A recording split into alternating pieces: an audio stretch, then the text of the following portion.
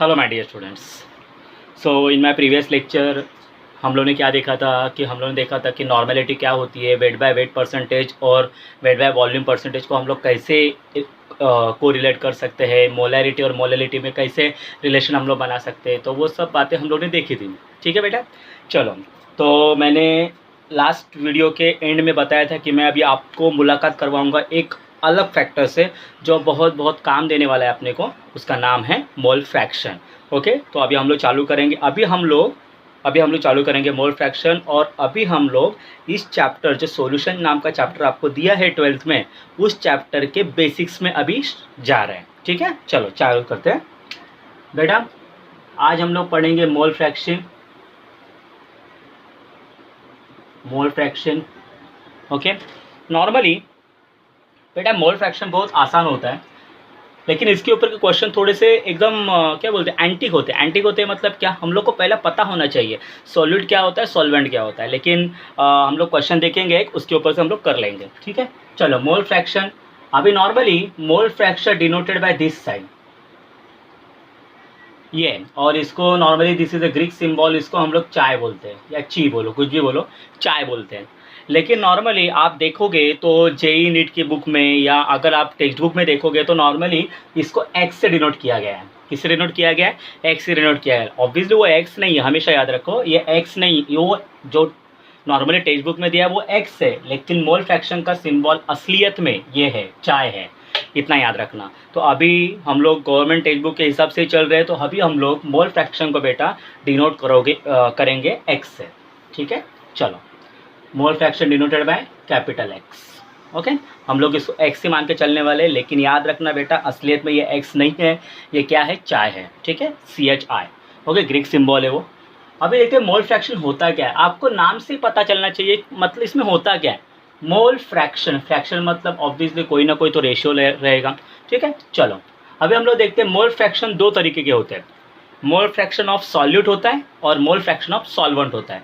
Mole fraction of solution obviously दोनों का क्या हो सकता है मैं बता देता हूँ। ठीक है, चलो चालू करते हैं। अभी हम लोग इस चैप्टर के ऑब्वियसली बेसिक्स में जा रहे हैं, तो प्लीज़ प्लीज़ प्लीज़ यहाँ से थोड़ा सा कंसंट्रेशन और बढ़ा दीजिए इस चैप्टर पे। चैप्टर बहुत आसान है। अभी आप नॉर्मेलिटी मोलैरिटी से डील करना सीख गए हो, लेकिन अभी नॉर्मली क्वेश्चन इसके ऊपर पूछे जा सकते हैं आपको। ठीक है, सो मोल फ्रैक्शन तो देखते हैं। मोल fraction of solute, mole fraction of solvent ले लेते हैं पहला। मोल फ्रैक्शन ऑफ सॉल्वेंट, और मैंने आपको स्टार्ट में ही बताया था कि हमेशा याद रखो सॉल्वेंट को हम लोग 1 मान के चलेंगे और सॉल्यूट को हम लोग 2 मान के चलेंगे। तो बेटा ये क्या है, मोल फ्रैक्शन ऑफ सॉल्वेंट है, तो इसका नॉर्मली सिंबल क्या होगा, x1 होगा। क्या होगा, x1 होगा। तो इसका फॉर्मूला क्या होगा, फ्रैक्शन मतलब ऑब्वियसली आपको मालूम है रेशियो है। किसका है, सॉल्वेंट का है, तो number of moles of solvent divided by total number of moles of solution.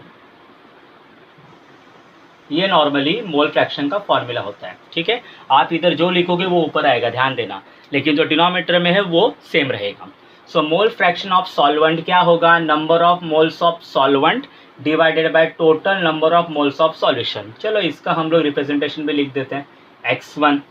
Number of moles of solvent, solvent मतलब ऑब्वियसली 1 रहेगा और नंबर ऑफ मोल से मतलब n1 रहेगा, divided by total number of moles of solution. मुझे बताइए solution किससे बनता है, ऑब्वियसली सॉल्यूशन दो चीज़ों से बनता है, एक सॉल्यूट होता है, एक सॉल्वेंट होता है। तो सॉल्यूट के हम लोग क्या, सॉल्वेंट के क्या माना हम लोग ने, n1, और सॉल्यूट के क्या मान के चलेंगे, n2।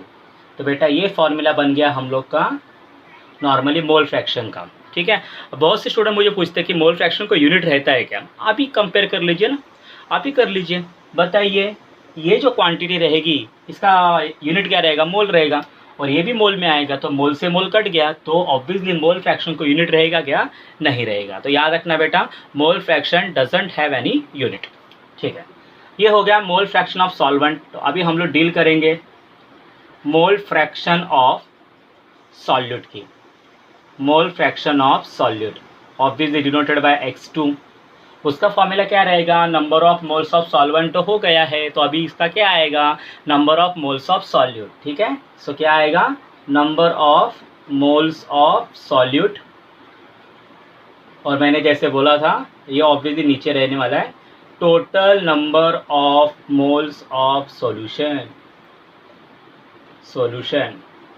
तो बेटा मुझे बताइए ऑब्वियसली इसका रिप्रेजेंटेशन, मैथमेटिकल रिप्रेजेंटेशन कैसे रहेगा, x2 is equal to number of moles of solute denoted by n2 और total number of moles of solution n1 plus n2।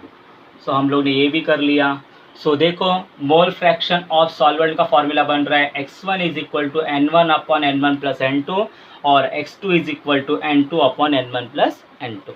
ठीक है, तो बेटा ये सब था मोल फ्रैक्शन के बारे में। ठीक है, तो अभी हम लोग देखते हैं आगे इसका डेरिवेशन कैसे होगा। तो आप प्लीज़ इतना लिख लीजिए 10 सेकेंड में, उसके बाद हम लोग आगे बढ़ते हैं।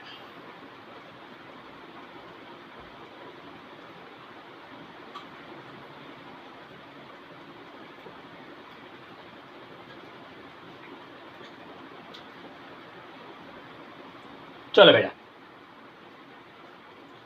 अभी इसका डेरिवेशन हम लोग कर लेते हैं। अच्छा डेरिवेशन है, बहुत आसान डेरिवेशन है, देख लीजिए।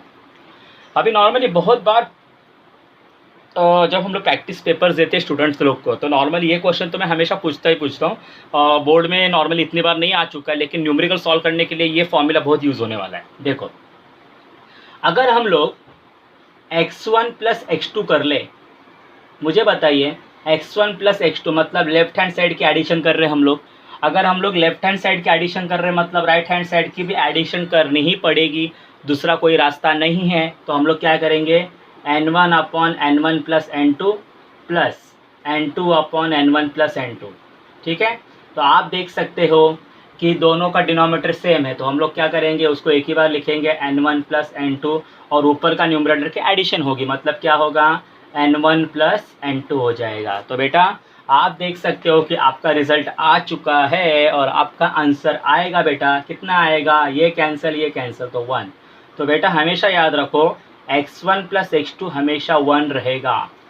ओके, अगर x1 plus x2 is equal to 1 है तो ऑब्वियसली वो सोल्यूशन एकदम परफेक्ट सोल्यूशन रहेगा। नॉर्मली वो रहता ही वैसा है। और याद रखना मोल फ्रैक्शन की जो भी वैल्यू रहेगी बेटा वो हमेशा 1 से कम रहेगी या एग्जैक्टली 1 रहेगी। नॉर्मली एग्जैक्टली 1 नहीं आता है, लेकिन आप याद रखना ये सब।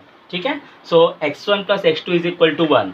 तो इससे मुझे एक इनडायरेक्ट फार्मूला मिलता है। कैसे देखो, अगर मैंने x1 निकाल लिया, अगर मुझे x1 मालूम है और मुझे x2 निकालना है, तो सीधी सी बात है मैं x2 कैसे निकालूंगा, x2 is equal to 1 minus x1, 1 में से ये मैं क्या कर दूंगा, माइनस कर दूंगा। मतलब मुझे दूसरी चीज़ निकालने की ज़रूरत ही नहीं है। So this is a beneficial formula for the numericals, इतना याद रखो। So x1 plus x2 is equal to 1 होता है। ठीक है बेटा, तो अभी हम लोग एक काम करते हैं, इसके ऊपर एक न्यूमेरिकल कर लेते हैं और उस न्यूमेरिकल के हिसाब से आप देख लेना। बहुत सारे न्यूमेरिकल्स आपको टेक्स्ट बुक में मिल जाने वाले हैं। ठीक है, ओल्ड टेक्स्ट बुक लो, न्यू टेक्स्ट बुक लो, दोनों में नॉर्मली क्वेश्चंस दिए गए हैं। ठीक है, आप जितने न्यूमेरिकल्स की प्रैक्टिस करेंगे उतना अच्छा रहेगा, क्योंकि since it is a lockdown तो आपको प्रैक्टिस करने के लिए बहुत समय मिलने वाला है। ठीक है, चलो चालू करते हैं, क्वेश्चन करेंगे इसके ऊपर। तो क्वेश्चन देखते कौन सा आएगा। क्वेश्चन लेते हैं। Okay, 46 gram of ethyl alcohol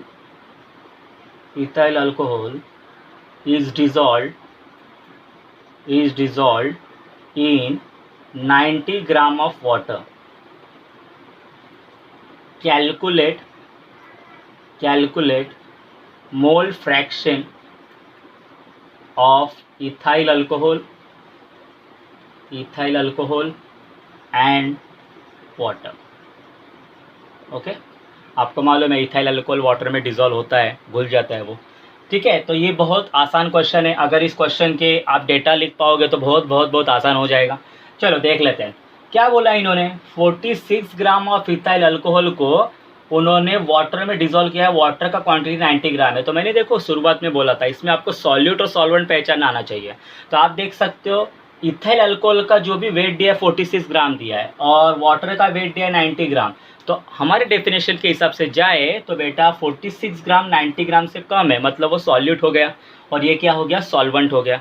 समझ में आ गया तुम लोग को। तो water is behave as a solvent and ethyl alcohol is behave as a solute, याद रखना। तो चलो देखते हैं अभी 46 ग्राम, देखते क्या दिया है। मास ऑफ इथाइल अल्कोहल, मतलब मैं थोड़ा सा इसमें दो पार्ट्स कर रहा हूँ, मतलब इधर इथाइल अल्कोहल निकालूंगा, इधर वाटर निकालूंगा, ठीक है। मास ऑफ इथाइल अल्कोहल कितना दिया है बेटा, 46 ग्राम दे दिया है, ठीक है। एक्चुअली मोल फ्रैक्शन निकालना है, मतलब मोल से डील करना है मेरे को, तो मैं मोल निकालूंगा। तो मोल का फॉर्मूला क्या होता है, मास अपॉन मोलर मास। मास तो मेरे को पता है, तो मुझे मोलर मास तो निकालना पड़ेगा। So molar mass of ethyl alcohol, molar mass of ethyl alcohol, ethyl alcohol को नॉर्मली ETOH लिखते हैं, याद रखना, okay. Molar mass of ethyl alcohol, तो इथाइल अल्कोहल का आपको फॉर्मूला मालूम होना चाहिए, C2H5OH। अभी क्या है, ये 10वीं से हम लोग पढ़ते आ रहे हैं। चलो देख लेते हैं। कार्बन 2 बार है, मतलब 24 हो गया, क्योंकि कार्बन का आपको मालूम है 12 होता है, 12 2 24। हाइड्रोजन देखो 6 बार आ चुका है, तो 6 ही होगा। और O कितना होगा, 16 होगा। तो 24 + 6 30 + 4 16 46 ग्राम पर मोल हो गया, ठीक है। तो बेटा नॉर्मली मैं ऐसे क्वेश्चन बनाता हूँ जिसमें डिवाइड बहुत बहुत बहुत जल्दी हो जाए, क्योंकि आपको उतना समझ में आ जाए, ठीक है। मास हो गया, मोलर मास हो गया, तो मुझे लगता है number of moles of ethyl alcohol आ जाएंगे। तो मुझे बताइए इथाइल अल्कोहल सॉल्यूट है कि सॉल्वेंट है, 46 है ना, तो सॉल्यूट हो गया ना, ये इससे कम है ना। तो सॉल्यूट के लिए नंबर ऑफ मोल कैसे डिनोट करते हो, N2, बराबर ना, सॉल्यूट है ना बेटा। ये कैसे फॉर्मूला होता है, मास अपॉन मोलर मास। मास कितना दिया है, 46 ग्राम। मोलर मास कितना है, 46। 46 से 46 कट गया, तो आंसर कितना आया, 1। तो मुझे बताइए N2 का आंसर कितना आ गया, 1 आ गया। चलो अभी देखते हैं इधर। अभी उस 46 ग्राम ऑफ इथाइल अल्कोहल को 90 ग्राम ऑफ वाटर में डिजोल्व किया है, तो आपको मास ऑफ वाटर दिया है। बहुत से स्टूडेंट पूछते हैं सर वाटर तो लिक्विड होता है, तो उसका मास कैसे गिनते हैं। बेटा हमेशा याद रखो, डेंसिटी भी कुछ काम होती है ना भाई, इसलिए याद रखो डेंसिटी हमेशा 1 ग्राम पर ml रहती है, आपको पता ही है। Mass of water, mass of water कितना दिया है बेटा, 90 ग्राम दे दिया है, ठीक है। चलो मोलर मास ऑफ वाटर निकालते हैं। मोलर मास ऑफ वाटर, अभी क्या है आपको तो पता ही है, वाटर का फॉर्मूला जनरल है H2O, आपको पता ही है। हाइड्रोजन 2 बार है तो 2 ही आएगा, ऑक्सीजन 1 बार है, ऑक्सीजन का 16 होता है, तो कितना आ जाएगा, 18 आ जाएगा टोटल। तो मेरा आंसर इधर आ गया 18 ग्राम पर मोल, ठीक है बेटा। तो आप देख सकते हो water is behave as a solvent here, आपको सॉल्वेंट बिहेव कर रहा है ना ये वाटर। तो इसका हम लोग नंबर ऑफ मोल्स निकाले, number of moles of water निकाले, तो बेटा वो डिनोट करेंगे हम लोग N1 से। तो फॉर्मूला क्या आएगा, मास अपन मोलर मास। मास कितना है, 90, मोलर मास 18, एक्चुअली 5 आ जाएगा, देख लो आप 5 मोल हो जाएगा, ठीक है बेटा। तो मुझे 18 5 90 होता है ना, मुझे लगता है, हाँ बराबर है, 18 5 90 होता है। तो देखो आपके पास N2 भी आ गया, आपके पास N1 भी आ गया, ठीक है। तो चलो इतना तो आपने कर लिया, मुझे लगता है आपने लिख लिया भी होगा। तो चलो N2 आ गया, N1 आ गया, देखते हैं आगे की क्या होगी कंडीशन। अभी हम लोग ना एक बात याद रखते हैं, कौन सा भी निकालो, आपको इथाइल अल्कोहल निकलना है, वाटर, दोनों में से एक ही निकालो, दूसरा निकलने की जरूरत ही नहीं है। चलो हम लोग निकालते हैं इथाइल अल्कोहल का mole fraction of ethyl alcohol, mole fraction of ethyl alcohol. Ethyl alcohol मुझे बताइए, ethyl alcohol is behave as a solid here, तो ऑब्वियसली आंसर क्या आएगा, H2 में कन्वर्ट होगा ना ये, ओके। फॉर्मूला क्या होगा बताइए, N2 upon N1 plus N2। बोलिए N2 कितना था, N2 आई थिंक सो 1 था ना इधर, ओके 1। N1 कितना है 5 प्लस N2 कितना है 1, कितना हो गया 1/6। तो मुझे बताइए H2 कितना हो गया 1/6, मतलब मोल फ्रैक्शन ऑफ इथाइल अल्कोहल कितना हो गया 1/6, ठीक है। अभी मोल फ्रैक्शन ऑफ वाटर निकाल लेते हैं, और क्या। चलो आपको मालूम है x1 plus x2 is equal to 1 होता है, बराबर। x1 निकालना है, x2 आपको पता है 1/6 is equal to 1, x1 is equal to 1 minus 1/6, कितना हो गया 6 1 जा 6 में से 1 गया 5/6। तो आप देख सकते हो हम लोग ने वाटर का भी निकाल लिया और ऑब्वियसली इथाइल अल्कोहल का भी निकाल लिया। नॉर्मली आप अगर स्टेप वाइज करते तो भी यही आंसर आता, ठीक है, ओके। चेक करते हैं हम लोग यही आंसर आ रहा है कि नहीं, x1 इज इक्वल टू 5/6 आ रहा है कि नहीं। चलो चेक करते हैं। x1 is equal to formula क्या होता है, N1 upon N1 plus N2। बताइए N1 कितना था, N1 कितना था, मुझे लगता है 5 था ना, 5 था।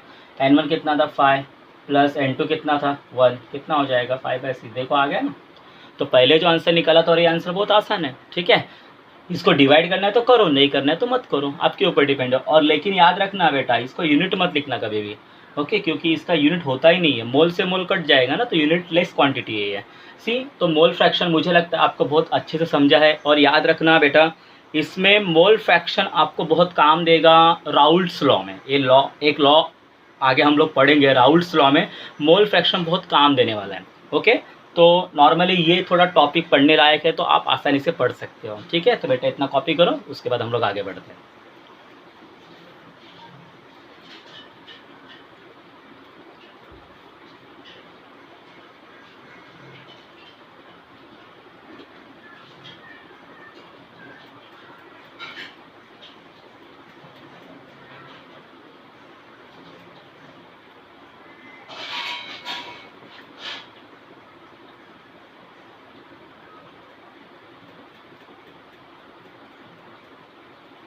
चलो आगे बढ़ते हैं।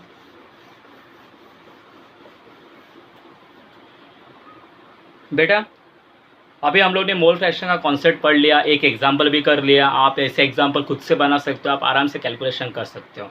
ठीक है, mole fraction obviously do not depend upon the temperature. तो आपको अगर क्वेश्चन में टेम्परेचर भी दिया होगा तो प्लीज़ प्लीज़ प्लीज़ आप उधर बहक मत जाना, सर टेम्परेचर दिया तो टेम्परेचर पे भी डिपेंड रहेगा। नो, डिपेंड नहीं रहता वो। ठीक है, चलो चालू करते हैं। आगे का जो पार्ट ऑब्वियसली आपको टेक्स्ट बुक में दिया गया है, उसका नाम है सॉल्युबिलिटी। चलो उसको कर लेते हैं अभी। Denoted by what? S, denoted by S. Okay, अभी ये सॉल्युबिलिटी कॉन्सेप्ट आपने 11 में भी पढ़ा है। सॉल्युबिलिटी नॉर्मली बहुत बार पूछा जा चुका है, सीईटी बेस में भी पूछा है और जेई और नीट में भी पूछा है। सॉल्युबिलिटी का एक ना एक क्वेश्चन हमेशा होता ही होता है। ओके, नॉर्मली आप देख सकते हो, ये आपने कहाँ पढ़ा होगा, मुझे लगता है आयनिक इक्विलिब्रिया। यस, आयनिक इक्विलिब्रिया में आपको ये मिलेगा ही, सॉल्युबिलिटी। ठीक है, चलो सॉल्युबिलिटी देख लेते हैं क्या होता है। चलो आपको पहले मैं एक नॉर्मल जो ज़िंदगी रहती है अपनी, उसका एक एग्जांपल देता हूँ, फिर आप आराम से कर पाओगे। ठीक है, मतलब आप रिलेट हो पाओगे इस टॉपिक से। अभी समझो मैंने एक ग्लास ले लिया। ओके, ये ग्लास है। ओके, कांच का ग्लास है। ये समझो वाटर है। प्योर वाटर तो नहीं बोल सकता मैं, नॉर्मली वाटर है। ओके, इम्प्योर रहेगा प्योर रहेगा मालूम नहीं। अभी हम लोग, मैंने आपको ये कहा कि भाई इस वाटर की कैपेसिटी, इस वाटर की कैपेसिटी नॉर्मली 2 ग्राम, कितना, 2 ग्राम सॉल्ट डिज़ोल्व करने की है। कितना सॉल्ट? 2 ग्राम सॉल्ट डिज़ोल्व करने की है। मतलब मैंने बहुत एक्सपेरिमेंट किए इस पानी के ऊपर, और मैंने ये पाया कि इस वाटर में सिर्फ 2 ग्राम सॉल्यूट ही डिज़ोल्व हो सकता है, या सॉल्ट डिज़ोल्व हो सकता है। तो अगर मैं आपको बोलूँ, समझो मेरा कोई स्टूडेंट है और मैंने उसको बोला जा भाई इसकी सॉल्युबिलिटी चेक करके या इतना इतना नमक ले और इसमें ऑब्वियसली तो पुट अप कर दे, तो वो गया। ऑब्वियसली थोड़ा सा समझो, वो ऑब्वियसली उसने क्या किया, थोड़ा सा मस्ती करने वाला था, तो उसने क्या किया, 2 ग्राम के बजाय मुझे बताइए उसने समझो डाल दिया 5 ग्राम, 5 ग्राम सॉल्ट इसमें डाल दिया, पुट अप करते हैं इस वाटर में। अभी वो उसको स्टर कर रहा है, स्टर कर रहा है, स्टर कर रहा है, स्टर कर रहा है।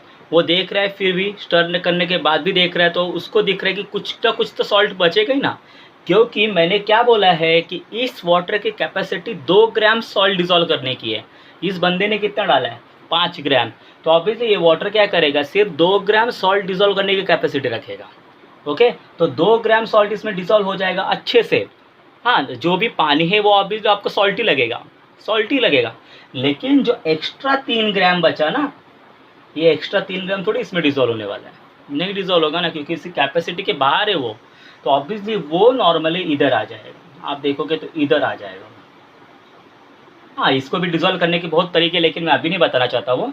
ओके, इधर आ जाएगा। तो आप देख सकते हो इधर 3 ग्राम, नॉर्मली 3 ग्राम भी नहीं बोल सकता, कुछ कम ज़्यादा हो सकता है, का पानी के ऊपर डिपेंड है या उसके स्टरिंग पावर के ऊपर डिपेंड है वो।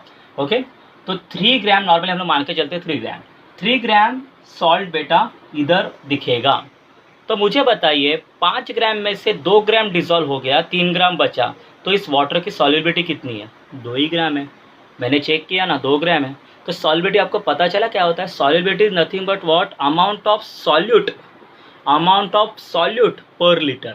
याद रखो, इधर तो मैंने ऑब्वियसली आपको बोला नहीं है कितना लीटर लिया है मैंने, लेकिन लिया है। तो हमेशा याद रखो बेटा, सॉल्युबिलिटी की डेफिनेशन क्या होती है? Amount of solute that can be dissolve in a particular solvent पर लीटर।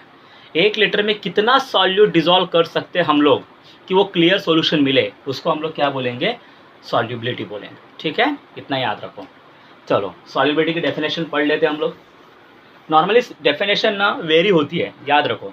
सॉल्युबिलिटी की डेफिनेशन अगर आप बहुत से बुक्स है, जेई मेंस के बुक्स है, उसके बाद आप बहुत ऐसे बुक है, रेफरेंसेस बुक्स है, सॉल्युबिलिटी की डेफिनेशन हर बुक में अलग अलग हो सकती है क्योंकि ऑथर अलग अलग होते हैं। लेकिन बेटा सॉल्युबिलिटी की नॉर्मल डेफिनेशन मैं लिखने जा रहा हूँ। तो सॉल्युबिलिटी, अरे ये भी गायब हो गया। सॉल्युबिलिटी तो देखो, solubility it is the amount of solute present पर लीटर ऑफ सॉल्यूशन, या पर लीटर ऑफ सॉल्यूशन, पर लीटर ऑफ सॉल्यूशन। अभी मुझे बताइए अमाउंट ऑफ सॉलिड मतलब मैं क्या करने वाला हूँ। बहुत से स्टूडेंट को लगता है कि अमाउंट ऑफ सॉलिड मतलब हम लोग कितना ग्राम डाल रहे हैं, वो तो बराबर है, लेकिन बेटा हम लोग अगर केमिस्ट्री में जाएंगे ना तो केमिस्ट्री में ग्राम से ज़्यादा मोल पे डिपेंड होता है। तो याद रखो, अगर मैं अमाउंट ऑफ सॉलिड की बात कर रहा हूँ तो मैं मोल की बात कर रहा हूँ। सॉल्युबिलिटी के केस में बहुत से स्टूडेंट इसमें गड़बड़ कर देते हैं, सर अमाउंट ऑफ सॉलिड मतलब वो ग्राम में रहेगा, किलोग्राम में रहेगा। लेकिन बेटा अगर वो ग्राम में दिया तो उसका नंबर ऑफ मोल्स निकालो ना, हमेशा याद रखो। अगर वो ग्राम दिया है तो नंबर ऑफ मोल निकाल लेना। तो अमाउंट ऑफ सॉलिड से मेरा मतलब है मोल्स। तो मुझे बताइए इसका यूनिट क्या रहेगा सॉल्युबिलिटी का। लेट अस सी सॉल्युबिलिटी का यूनिट क्या रहेगा। अमाउंट ऑफ सब्सटेंस मतलब क्या, मैंने क्या बोला, मोल बोलेंगे। पर लीटर, पर मतलब डिवाइड, लीटर मतलब एल इधर आ जाएगा। तो मुझे बताइए सॉल्युबिलिटी का यूनिट क्या हो गया, मोल पर लीटर। इतना याद रखो। तो सॉल्युबिलिटी का यूनिट क्या है, मोल पर लीटर। ठीक है, बहुत बार क्वेश्चन सीट में पूछा जा चुका है इसके ऊपर। मुझे लगता है 2017 में भी एक क्वेश्चन पूछा गया था ऐसे इसी टाइप के ऊपर, वो भी बताऊंगा मैं आप जब मैं इसको जेई लेवल पे पढ़ाऊंगा तब। ठीक है, so it is the amount of solid present पर लीटर ऑफ सॉल्यूशन। ठीक है बेटा, तो इतना आपको समझा सॉल्युबिलिटी क्या होता है। ठीक है, आगे बढ़ते हैं, देखते हैं। अब ये जो सॉल्युबिलिटी मैंने डिफाइन की है, ये सॉल्युबिलिटी मैंने डिफाइन नॉर्मली की है सिर्फ सॉलिड्स के लिए। किसके लिए डिफाइन की है, सॉलिड्स के लिए। It not for the liquid और गैसेस। ओके, इतना याद रखो। सॉलिड के लिए हम लोग जनरली इसको यूज़ करते हैं, जनरली सॉलिड के लिए यूज़ करते हैं। ओके, सॉलिड के लिए। चलो अभी देखते हैं हम लोग नॉर्मली क्या हो सकता है। तो factors affecting solubility, factors affecting solubility. Okay, factors affecting solubility. तो देखते हैं कौन कौन से फैक्टर सॉल्युबिलिटी को अफेक्ट कर सकते हैं। ठीक है, सो पहले हम लोग देखते हैं, पहला है nature of solute and solvent. Solute and solvent, nature of solute and solvent. बेटा ये बहुत बहुत बहुत बहुत इंपॉर्टेंट फैक्टर है जो सॉल्यूट को सॉल्वेंट में डिसॉल्व करेगा और क्लियर सॉल्यूशन बनाएगा।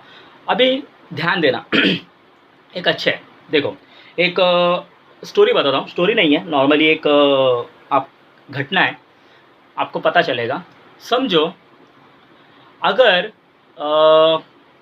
कोई इंसान हमारे घर पे आ गया, ठीक है, हमारे घर में समझो कोई है, मेरे घर में समझो, मेरे घर पे 5 जन हैं, 5 जन खुशहाल से रहते हैं। ठीक है, और कोई छठवां मेहमान आ गया घर पे।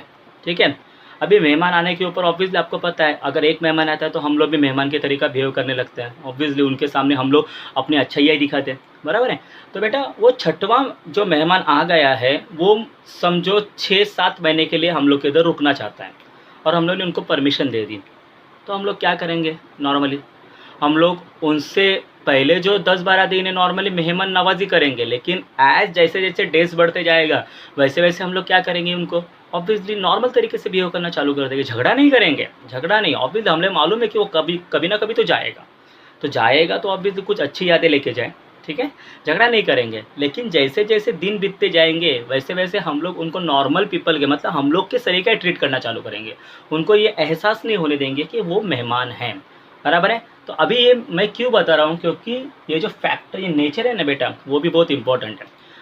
अगर वो मेहमान आया है और वो मेहमान आप सबसे अच्छे से बात कर रहा है, आप सबसे घुल मिल रहा है, तो ऑब्वियसली वो 6 महीना रहे, 7 महीना रहे, 8 महीना रहे, आपको कुछ प्रॉब्लम नहीं। लेकिन वो आ गया है, आप किसी से भी बात नहीं करते अच्छे से, ओके, सबको डांटता रहता है, समझो उम्र में बड़ा है आपसे, सबको डांटता रहता है, तो आप उसको एक दिन भी सहन नहीं कर सकते। बराबर है, ये तो बातें पता है ना आपको। तो वैसा ही रहता है, अगर बॉन्डिंग अच्छी है, जो मिल रहा है और जिसमें मिल रहा है वो बॉन्डिंग अच्छी है, तो बेटा वो उससे घुल मिल जाएगा। तो सीधी सी बात है, ये जो मैंने घटना बताई वो इसके लिए काम आती है। Nature of solute and solvent, तो सीधी सी बात है, अगर सॉल्वेंट है और सॉल्यूट है, उन दोनों का अगर केमिकल कैरेक्टर सेम है, केमिकल कैरेक्टर कैसा होना चाहिए, सेम होना चाहिए, तो मुझे बताइए वो सॉल्यूट डिसॉल्व हो जाएगा। ठीक है, अभी हम लोग देख सकते हैं NaCl और हम लोग देख सकते हैं वाटर। अगर NaCl और वाटर के अगर हम लोग केमिकल कैरेक्टर की बात करें तो दोनों में आयंस तैयार होते हैं। NaCl में Na+ और Cl- आयंस तैयार होंगे। H2O नॉर्मली क्या होता है, आयंस तैयार तो नहीं करता, लेकिन समझ लो H+ और OH-। मैं कैरेक्टर की बात कर रहा हूँ। तो NaCl समवॉट, NaCl तो पूरा आयनिक कैरेक्टर ही बताता है, लेकिन वाटर भी देखो नॉर्मल तरीके से आयनिक कैरेक्टर बता रहा है। बराबर है, मतलब आप देख सकते हो कि NaCl और वाटर की कुंडली जुड़ रही है। बराबर, कुंडली मिल रही है भाई इसकी, तो इनकी कुंडली मिल रही है, तो सीधी सी बात है NaCl पानी में अच्छे से घुल मिल जाएगा। अगर हम लोग शुगर की बात करें तो आप बोलोगे सर शुगर का फॉर्मूला तो C12H22O11 है। बराबर है, इसमें कहाँ तुम आपको आयनिक कैरेक्टर बताएगा, शुगर आयनिक कैरेक्टर बताता ही नहीं है ना। लेकिन शुगर ऑब्वियसली वाटर के साथ हाइड्रोजन बॉन्डिंग करता है। कौन सी बॉन्डिंग करेगा, हाइड्रोजन बॉन्डिंग करता है। बॉन्डिंग टाइट है उनकी, बॉन्डिंग टाइट है तो ऑब्वियसली वो डिसॉल्व होने वाले हैं। ठीक है, तो बेटा याद रखना, nature of solute and solvent बहुत काम देता है। जो घुलने वाला है और जिसमें घुलने वाला है वो बहुत बहुत इंपॉर्टेंट होता है। ठीक है, तो देखते हैं हम लोग इसके ऊपर कुछ लिख लेते हैं।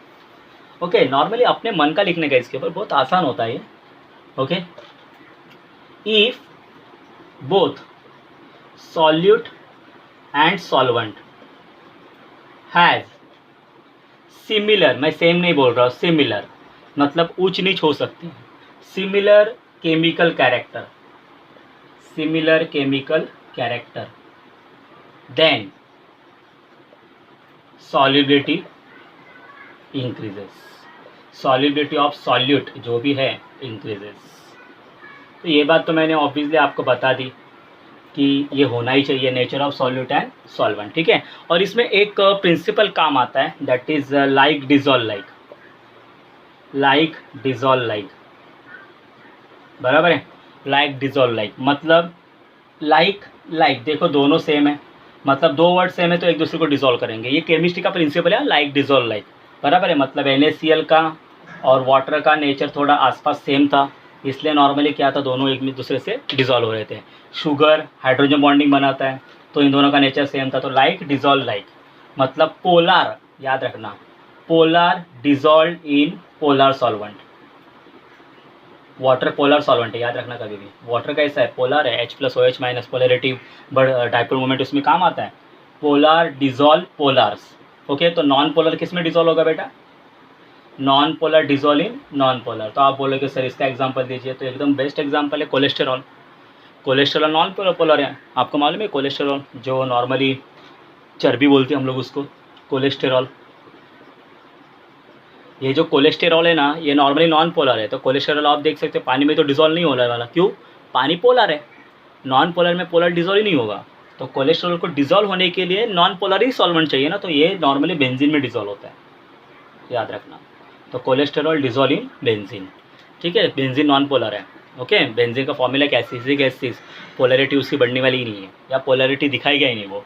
तो कोलेस्टेरॉल डिजॉल्व इन बेंजीन, बहुत से स्टूडेंट पूछते हैं सर कोलेस्टेरॉल पानी में डिजॉल्व क्यों नहीं होता है, तो सीधी सी बात है ना यार, अगर वो पानी में डिजॉल्व होता तो मुझे बताइए इंसान की चर्बी बढ़ती है, कभी नहीं बढ़ती ना। अगर वो पानी पीता, पानी में कोलेस्टेरॉल डिजॉल्व होता और यूरिन के साथ बाहर निकल जाता, चर्बी कभी बढ़ेगी ही नहीं। तो जो जो इंसान एकदम मोटे होते हैं उनको चर्बी कहाँ से आती है, क्योंकि कोलेस्ट्रॉल उधर डिजॉल्व नहीं होता है पानी में। अगर आप बोलोगे सर बेंजीन, बेंजीन बेटा कभी भी कार्सिनोजेनिक है, याद रखना, बेंजीन कार्सिनोजेनिक है, तो बेंजीन की कांटेक्ट में बहुत कम आने का। ओके, तो याद रखना बेटा, अगर किसी ने पूछ लिया कि कोलेस्ट्रॉल पानी में डिजॉल्व है क्या, तो याद रखना कोलेस्ट्रॉल पानी में डिजॉल्व नहीं है। अगर ऐसा होता तो हम लोग पानी पीते, उसके साथ कोलेस्ट्रॉल डिजॉल्व होकर यूरिन के साथ निकल जाता, लेकिन ऐसा होता है क्या, नहीं। अगर ऐसा हो गया होता तो कोई भी आदमी फैट नहीं होता है, फिट होता है। ओके, तो ये बातें थोड़ी सी क्या बोलते हैं लॉजिक वाली है, ठीक है, वो बाद में बताते रहूँगा मैं आपको। चलो, तो नेचर ऑफ सॉलिड और सॉल्वेंट में हम लोग तो इतना ही पढ़ेंगे। आगे बढ़ते हैं दूसरा, effect of temperature. Effect of temperature,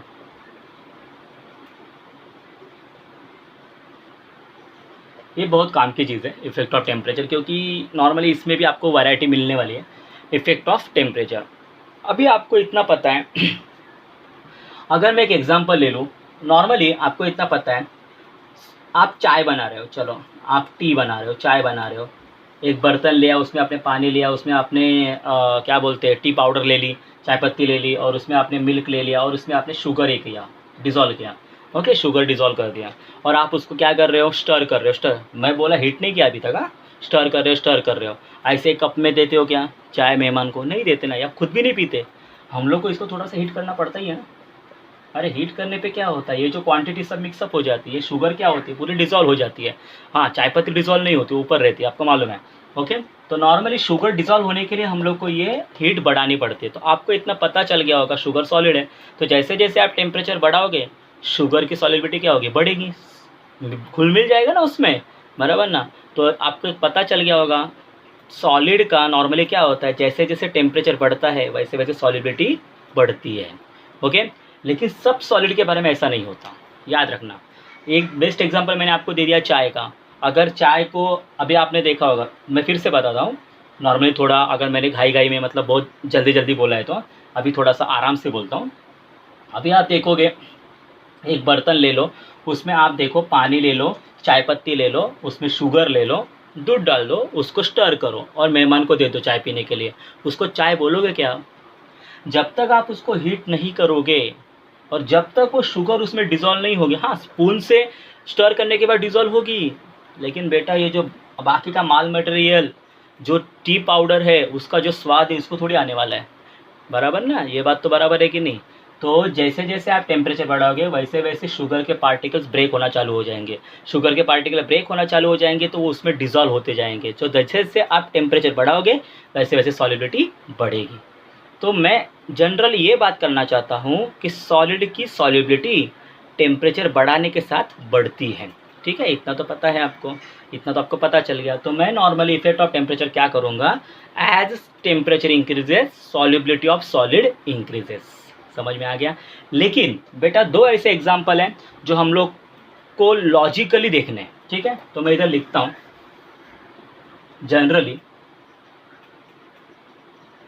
generally solubility of a solid in liquids increases with increase in temperature,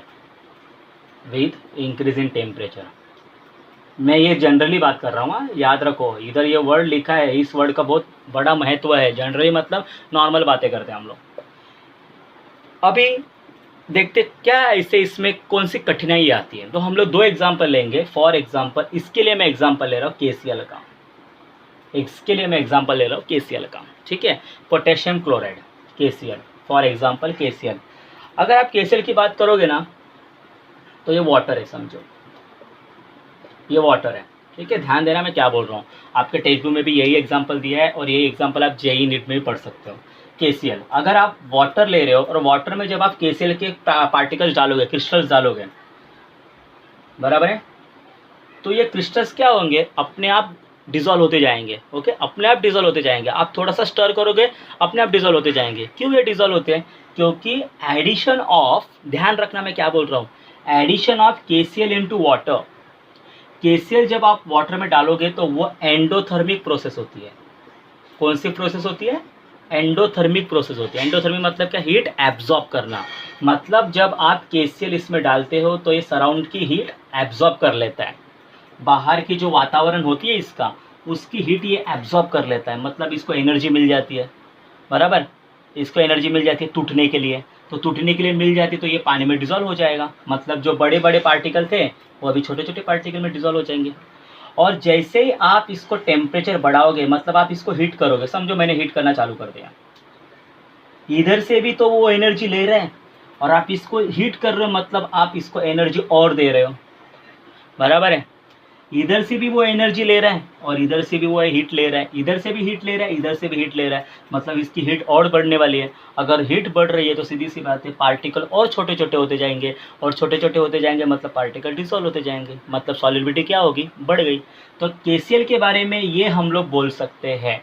so in case of KCL हमेशा याद रखो, अगर एंडोथर्मिक प्रोसेस है तो उसमें ये काम आता है, याद रखना एंडोथर्मिक प्रोसेस में ये काम आता है। ओके, तो एंडोथर्मिक प्रोसेस में जैसे जैसे आप टेम्परेचर बढ़ाओगे वैसे वैसे एनर्जी मिलती जाएगी। एंडोथर्मिक है इसलिए बाहर की एनर्जी भी वो अंदर ले लेगा, तो इधर से भी एनर्जी सप्लाई, इधर से भी एनर्जी सप्लाई, इसको एनर्जी ज़्यादा मिल रही है, बड़े पार्टिकल का छोटे छोटे पार्टिकल होते जाएगा और डिजॉल्व होते जाएगा। समझ में आ गया? So for endothermic reaction always remember KCl is the best example. ठीक है, चलो तो KCl के बारे में लिख लेते हैं हम लोग, आसान है थोड़ा। KCl when added in water is an endothermic process,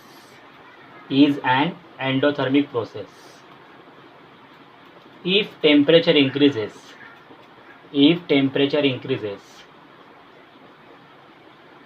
then solubility of KCl also increases, कैसे इंक्रीज होता है वो हम लोग को नहीं लिखना है, हम लोग ने ये लिख देना एंडोथर्मिक तो पता चल जाता है। ठीक है, तो आप देख सकते हो KCl when added in water is an endothermic process, ये एंडोथर्मिक प्रोसेस है, हीट ले रहा है वातावरण से, हीट ले रहा है एटमॉस्फेयर से, और आप हीट कर रहे हो मतलब आप हीट दे रहे हो उसको, उधर से भी हीट ले रहा है, इधर से भी हीट दे रहे हो, तो सीधी सी बात है ना बेटा, क्या होगा, उसकी एनर्जी बढ़ जाएगी और वो डिजॉल्व ज़्यादा होने लगेगा। Increases then solubility of KCl also increases. तो ये टर्म इसमें काम आ रहा है, जो मैंने लिखा है वो इसमें काम आ रहा है। ठीक है, चलो अभी हम लोग सेकंड एग्जांपल लेते हैं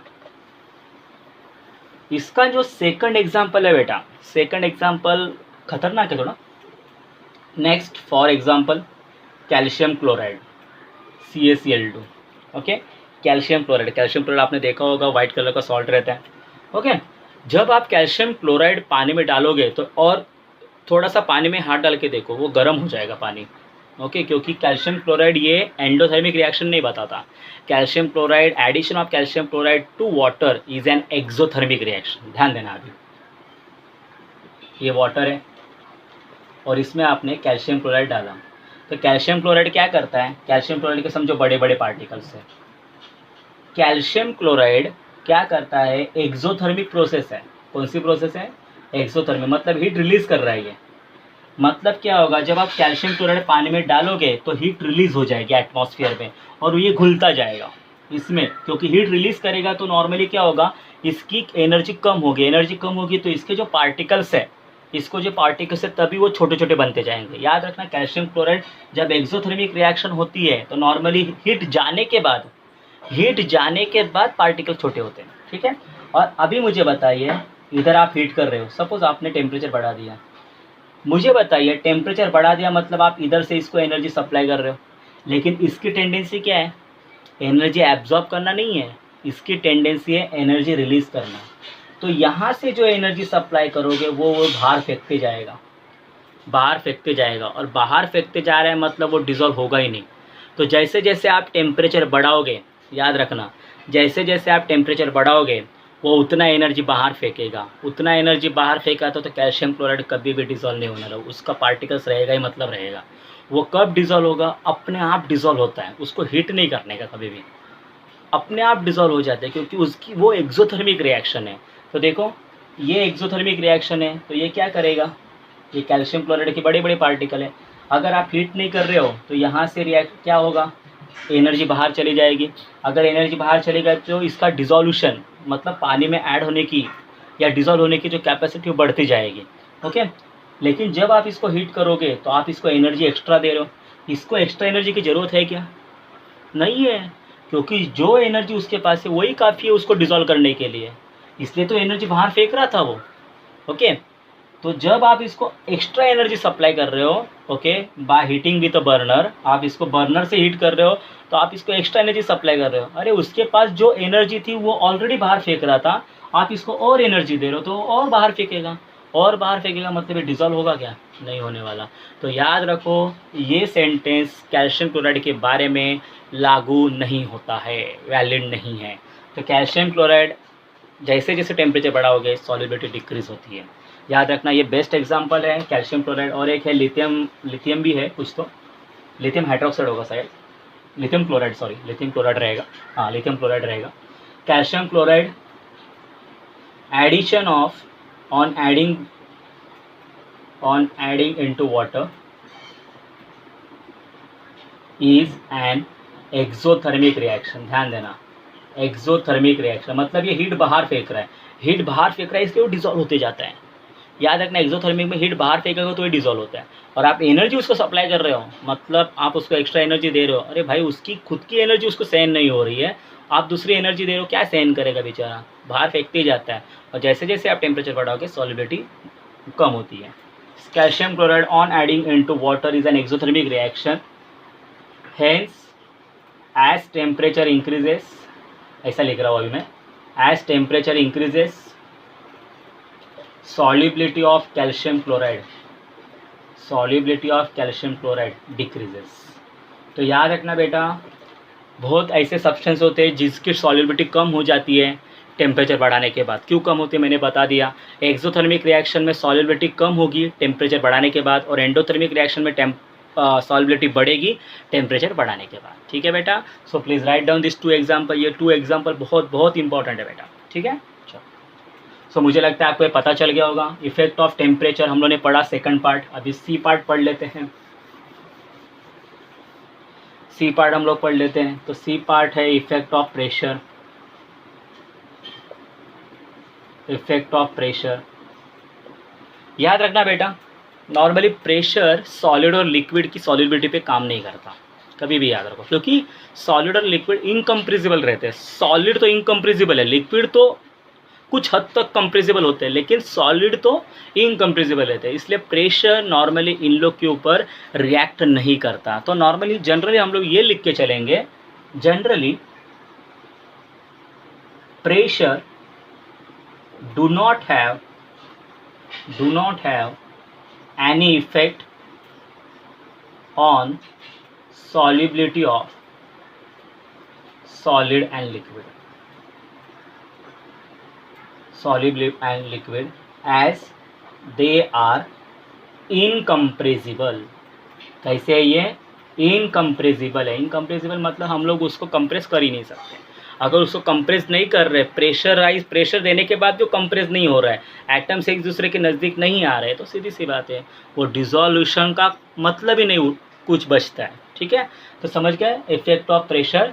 तीसरा पार्ट था प्रेशर की कुछ इफेक्ट नहीं होती लिक्विड और सॉलिड के ऊपर। क्यों? क्योंकि these two substances solid and liquid, these two phases are incompressible in nature। Liquid compressible होता है, लेकिन एज कम्पेयर आप जितना प्रेशर उसको अप्लाई करोगे उतना प्रेशर पे वो कंप्रेस नहीं होने वाला। ठीक है, तो चलो इफेक्ट ऑफ प्रेशर पढ़ लिया हम लोग ने।